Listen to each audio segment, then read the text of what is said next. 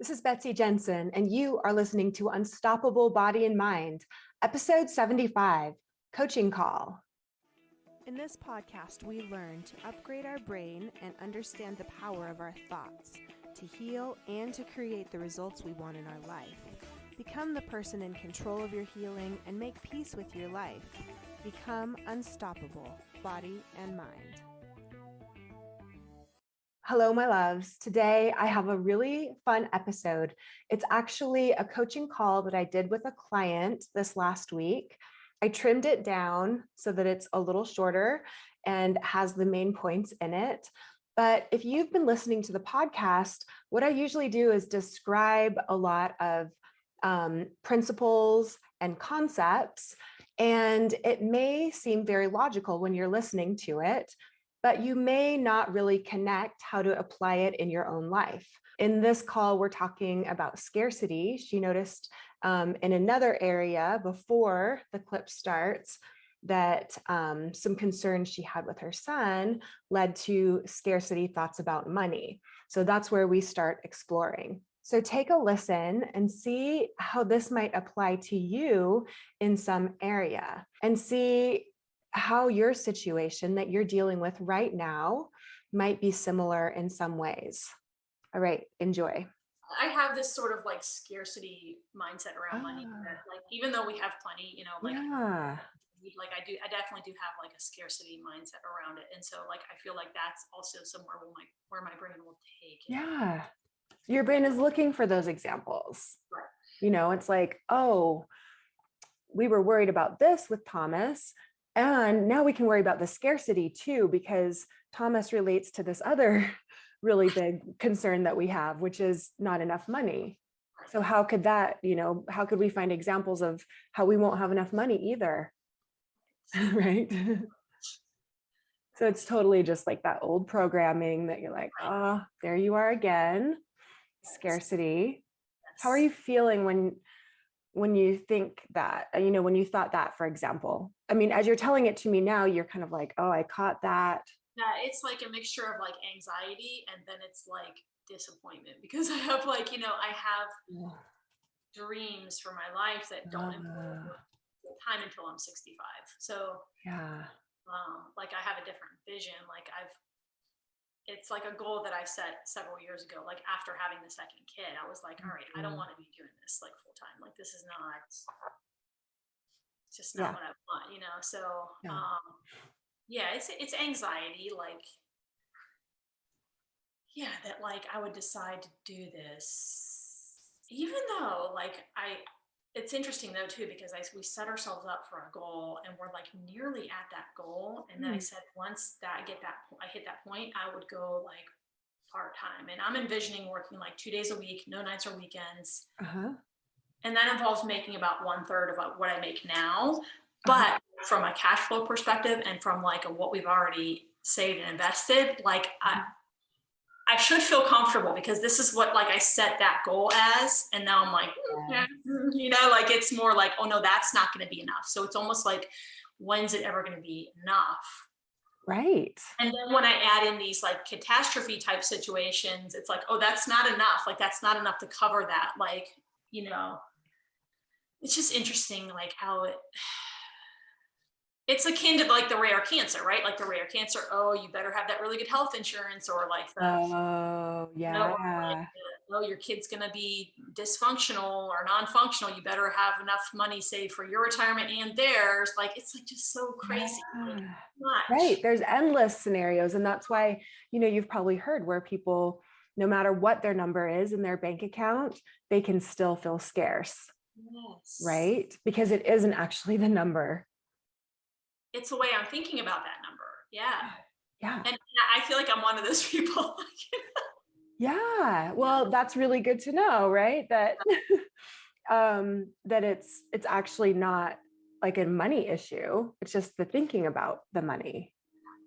And do you think that you've had scarcity around money for quite a while?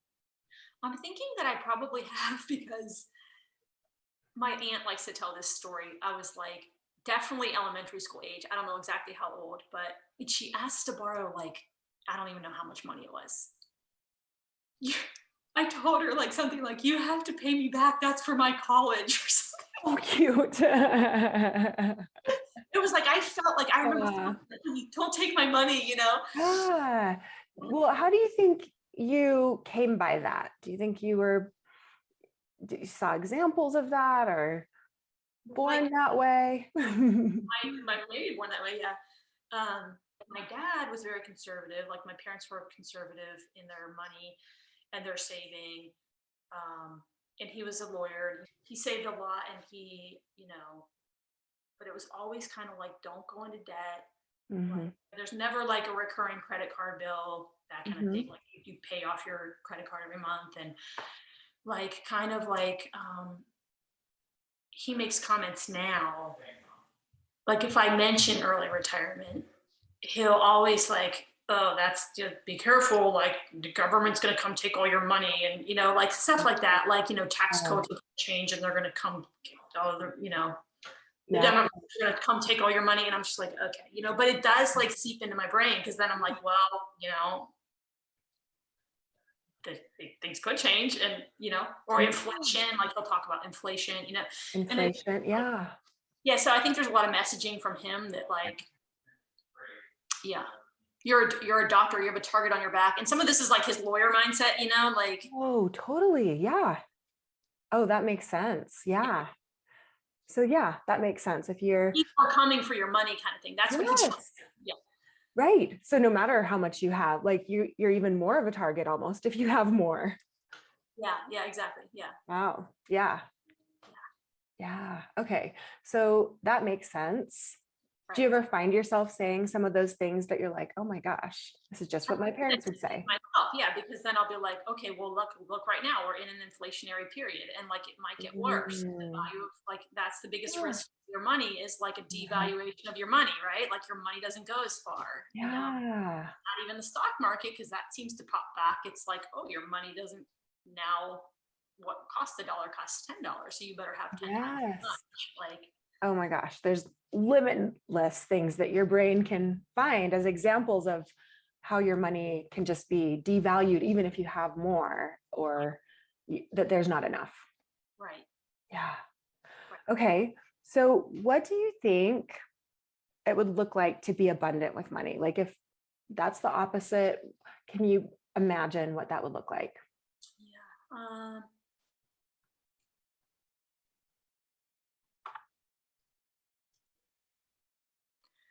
Well, I want to say like there's like a security, but then that's almost like I don't even know if that's abundance. That might be like somewhere Oh, interesting. because I Yeah. definitely equate it with security too. And now I'm thinking back to my mom because my mom grew up very poor and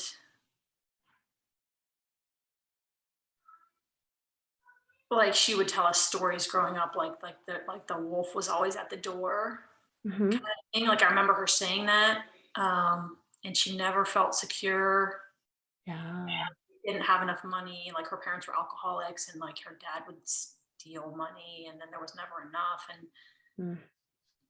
so like she told me like when she was going to get married and find a mate, like it was very important to her to find somebody that was like reliable and that was going to make a good living, and like she sought that out. Like she Mhm. wanted that security in her life and to never feel like she was like someone was going to come take from her again. So I think that like plays into it too. Like I always think about my dad telling me this stuff, but I think it's coming from her too. Ah, yeah, because like, I mean, we don't know for sure what she was thinking or feeling, but do you think she became abundant when she was secure? You know, if you're equating abundance and security, I no. don't think abundance is security. Like Yeah, yeah. So that's good. That's a it's good like when you're secure, example. you can still be hanging on to it. You're still like, oh, Yeah. I need this money to be secure. Yeah, the abundance is like, God, I don't even know honestly. Yeah, yeah, you could think of, what it would look like, what it would feel like, or maybe anyone you can think of, like from a movie or a book or like a character or a real life person that you can think of that kind of embodies abundance to you. not just with Brooke, money. well, Brooke is always in my ear, like in her views about money. You know what I mean? Like, and just like that money is easy and like Yeah. I can always make money. There's always money. Like Yeah. someone could take all my money and like she said this, like, and I wouldn't even care because I know I can make it back. Yeah. If Yeah, someone took all my money, exactly. I'd be like, ah, you know what I mean? Like it would not be like that. Worst Um, case scenario. That's what, your dad was telling you would happen. Okay. So Brooke, she's like saying money is easy. There's always money. I don't know her personally though. No, that's okay. If she's like a fantastical creature that's a unicorn, that's fine. We just want to like play around with yeah. what someone who's abundant might be thinking, might be feeling, why, and then we can compare, we can see if any of those feel a little bit true for you. But just what, your brain is like having a hard time even knowing what abundance would be. I don't even like, Yeah.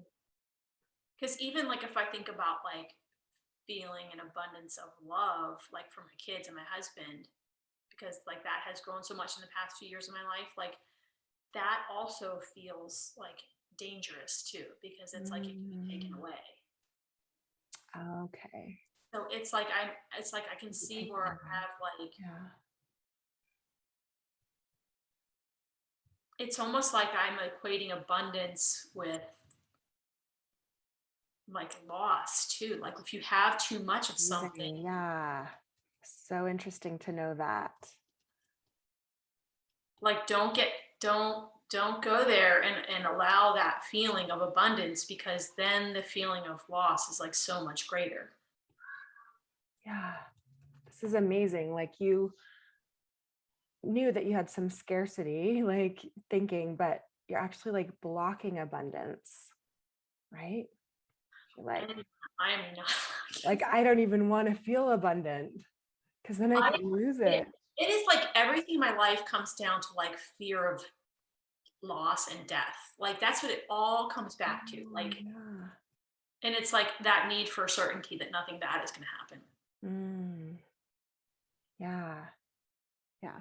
And it sounds like it really makes sense because of how you were raised. So that's the first thing to really like understand and be compassionate with. And it's not like you know, you're doing it for no reason. There's probably a really good reason and it serves you in some way. Yeah.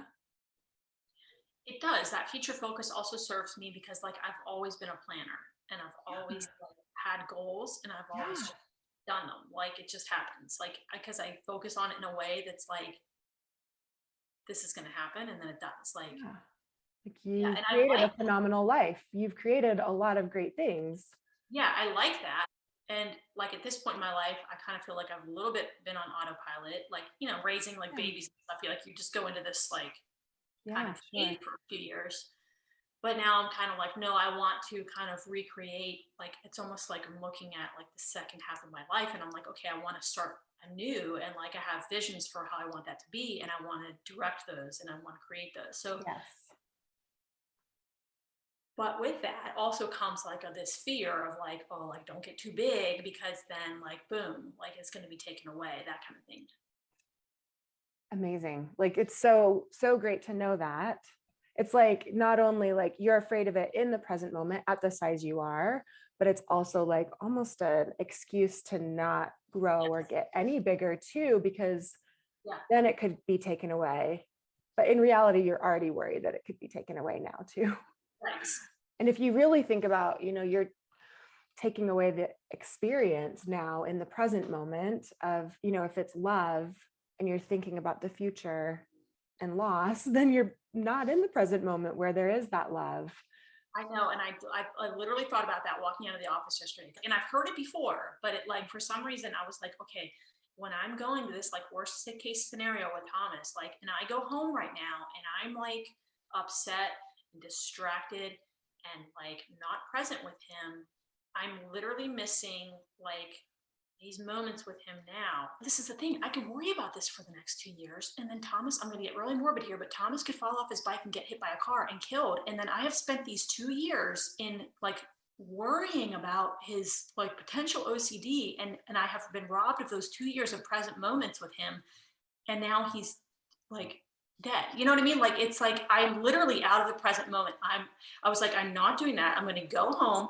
I'm not going to think about any of this other stuff for the next few hours. I'm going home to be present with the kids. Like there's no catastrophizing. There's no thinking about the coaching business. I can't help you for the next few hours with your website. Like Yeah. that, all I'm doing is I'm going home and I'm going to be with him. Like that's it. So good.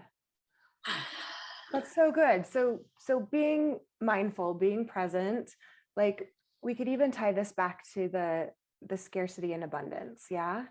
Like when we talked about catastrophizing and mindfulness being the opposite of catastrophizing, and I think of scarcity as kind of catastrophizing.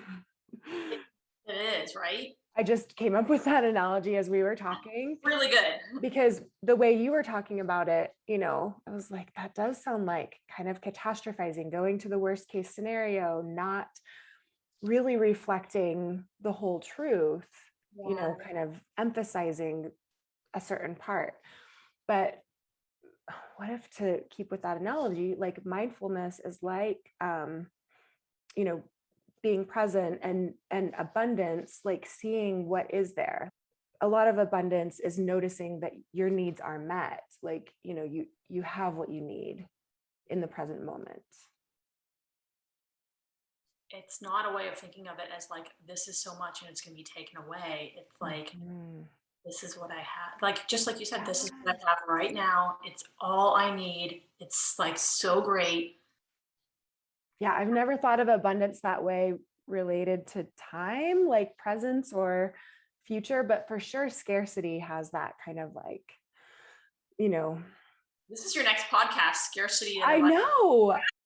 Because that scarcity, it is going to the future, and it is like saying, oh, this is the worst thing that could happen. So I can't stop what I'm doing now because that's like the worst thing. Yeah, that's so, oh my gosh, I know, that's so cool. Yeah, it's like you could have, like your example, you have money in the bank, but instead of seeing the numbers that are there and like you're about to hit your goal that you set, that you knew, or at that time you thought would make you feel secure, which is so, amazing that you're like literally at that point where you're like, okay, now I'll feel. It's like the people who lose weight, and then they get to that weight and they're like, nah, I'm still not happy. So scarcity is, I love how it's tying it all back together too, because it's related to, this catastrophic thinking, which is related to pain and anxiety. It is, because yes, it is. It's all like, it's so crazy, right? It makes sense now to me totally why my mom has chronic pain. I mean, I know why she like, it's that pain catastrophizing. It's crazy.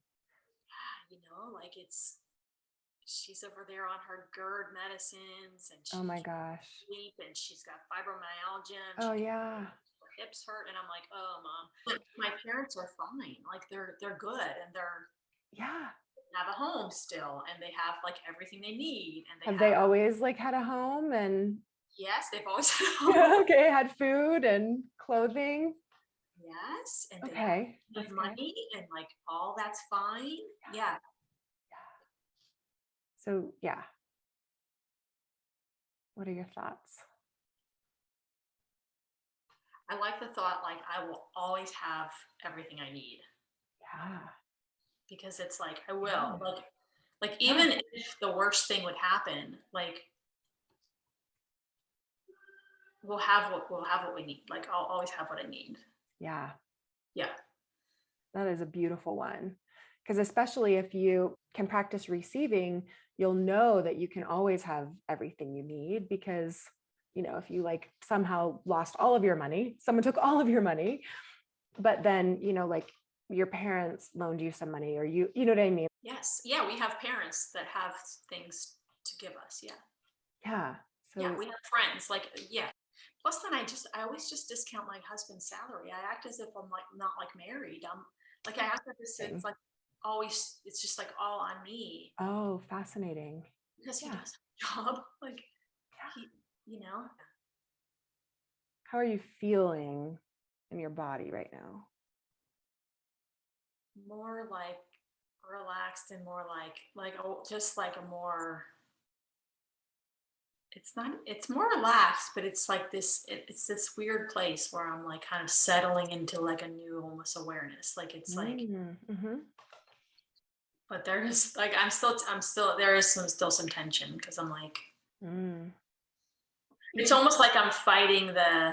Oh, It's okay. almost like I'm like no, like that's a possible new way to think about it, and I could be like super relaxed, but like I don't want to. Like it's almost like I'm not letting myself go there. Mm-hmm. Like almost like like I like this way of thinking about it. Like don't take away my old sort of belief system. I'm almost like yeah, like on guard. Why do you think that might be? We just try to kind of understand it. It has to be because like our beliefs serve us in a way, right? Like they keep us. They feel important. Yeah. And like safe. Yeah, I think like this is my default way of being, like safety, Yeah. preventing the bad things from happening. Of course, like probably the past year just heaps on top of that with all the uncertainty around health. Yes. And then I read this article that this is the perfect setup for, escape variants like that are going to evade the current vaccines because now you've got COVID circulating in vaccinated people.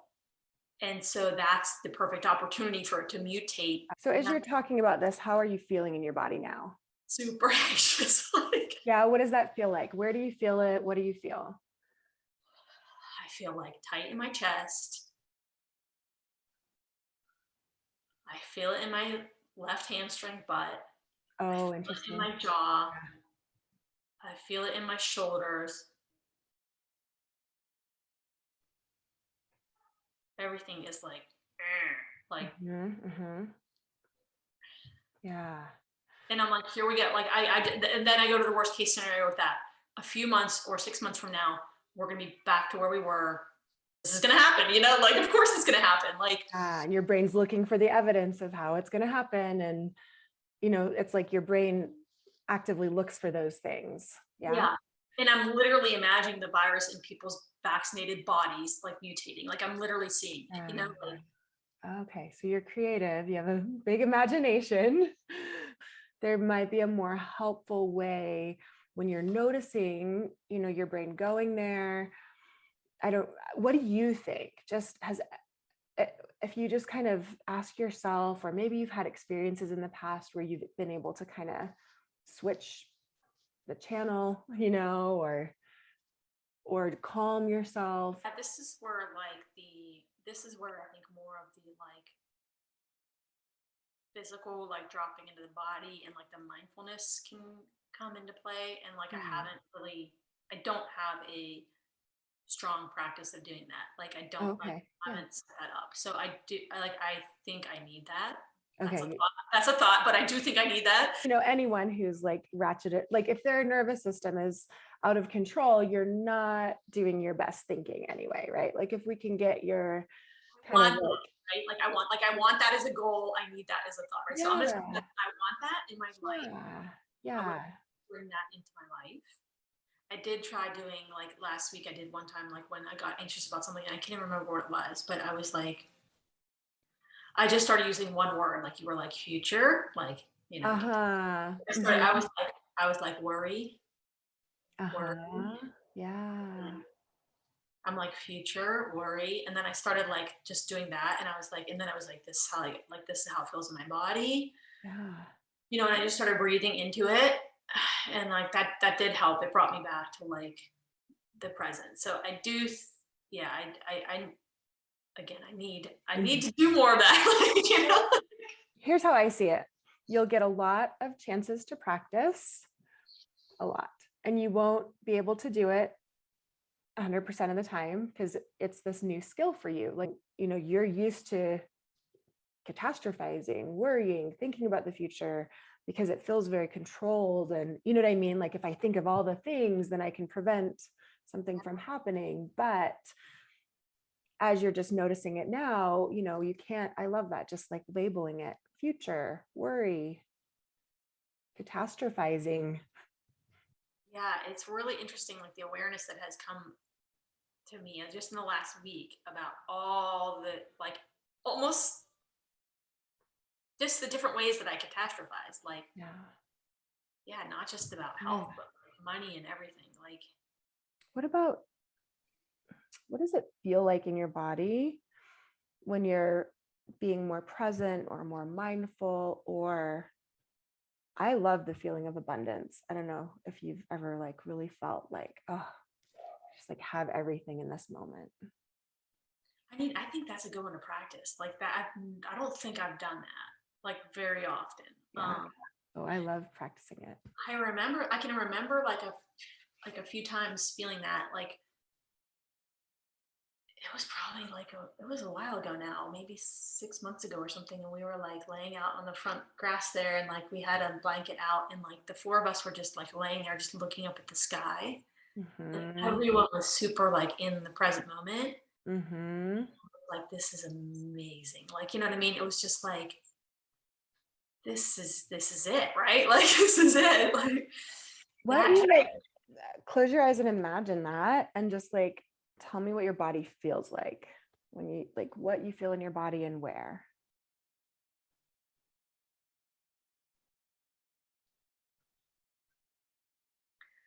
It's like fullness in the chest. Mm-hmm. Does it have a color at all?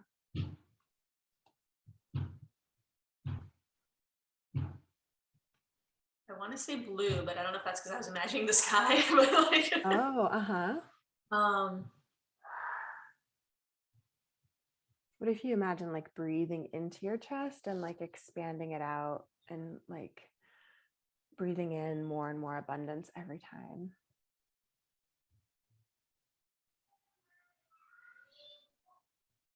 Like just absorbing from what's around you.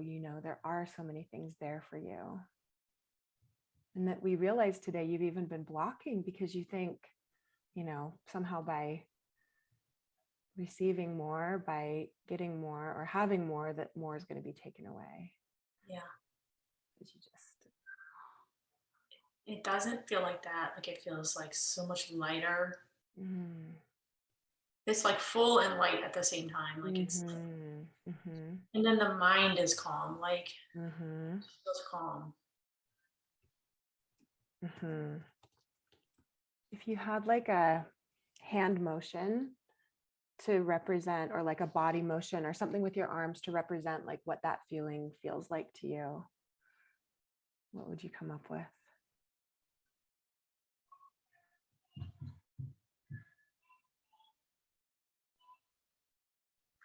Maybe just like putting your hand on your heart. Like Ah, I love that. Yeah.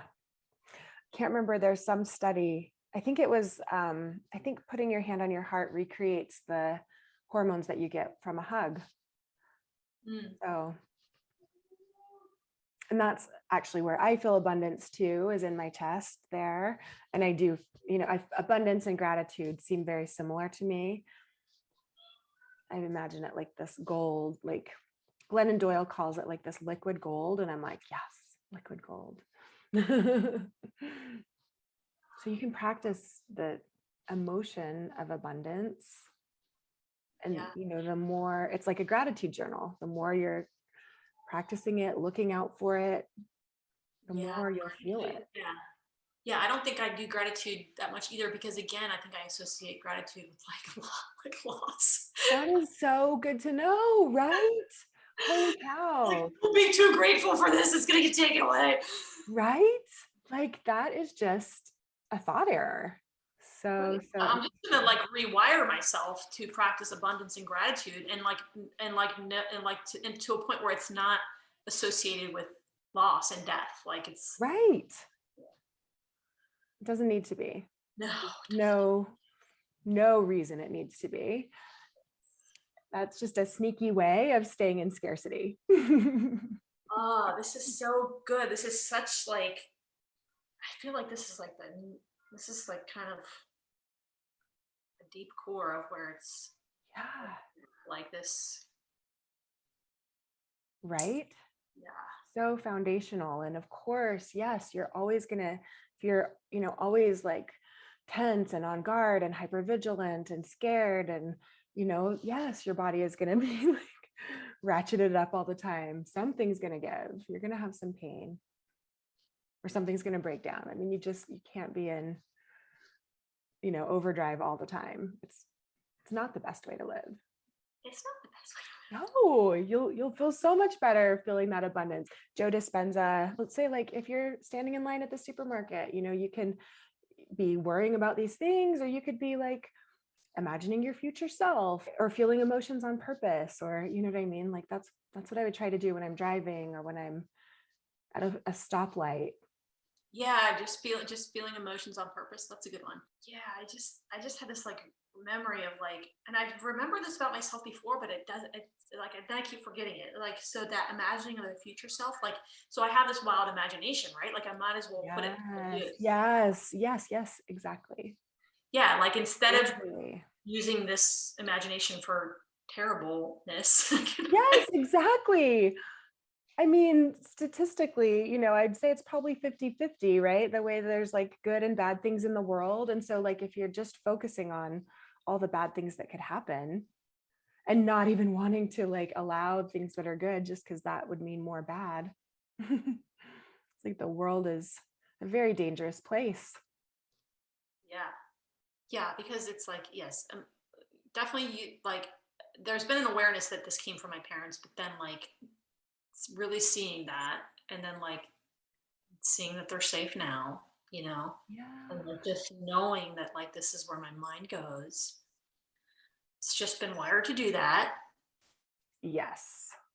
The thing that always like I love this example so much because we take it for granted that like one of the most dangerous things we do is drive in a car, but most people do not have major anxiety about driving. We buckle our kids in daily, we go places, you know what I mean? It's like if we were to worry about anything versus like a shark attack or a lightning strike or like or dying on a plane or whatever. Sharks and planes, I definitely do those ones. Yeah, yeah. Right. Not to give you more things to worry about, but it's also like, it's so fascinating how our brain can just totally disregard, kind of like factual data that would support being more scared because it's just something that we're commonplace with. Right, right. Yes. Okay, so you're just going to question reality and you're going to try those techniques, kind of calming yourself, practicing that abundance, maybe even putting your hand on your chest. Right, right, You're right. just going to be so compassionate with yourself. It's like a science experiment. Yes. Can we like make some little tweaks and changes here and there? Right. Yeah. No, that's good. This is good. This is good awareness, and I will do that. I love it. Oh, I love talking about this stuff. Awesome. Good Okay. work.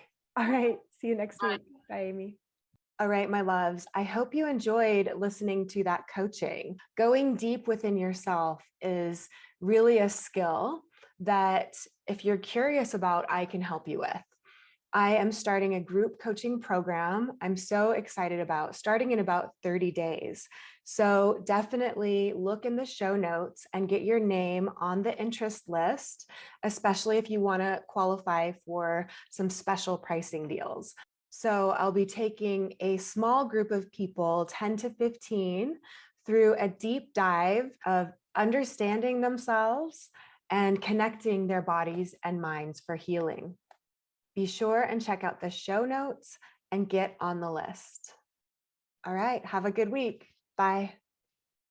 Thank you so much for listening. I hope you learned a little bit about your brain today that helps you in your life like it helped me. Please be sure and subscribe and leave a review. And of course, be sure and share this podcast with someone you know that wants an unstoppable body and mind.